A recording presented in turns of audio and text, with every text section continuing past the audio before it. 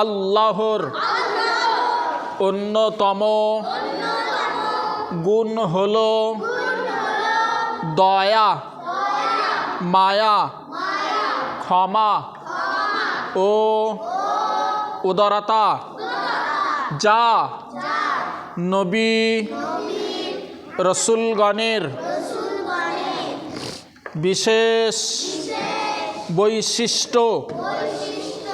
তাই প্রতিটি মানুষের এই সব গুণে গুণান্বিত হওয়া অবশ্যই কর্তব্য।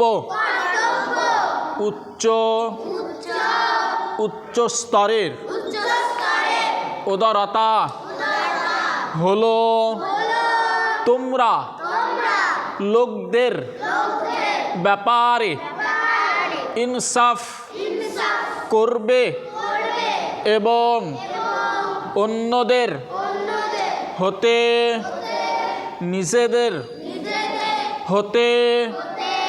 নিজের ব্যাপারে ইনসাফের আকাঙ্ক্ষী থাকবে না।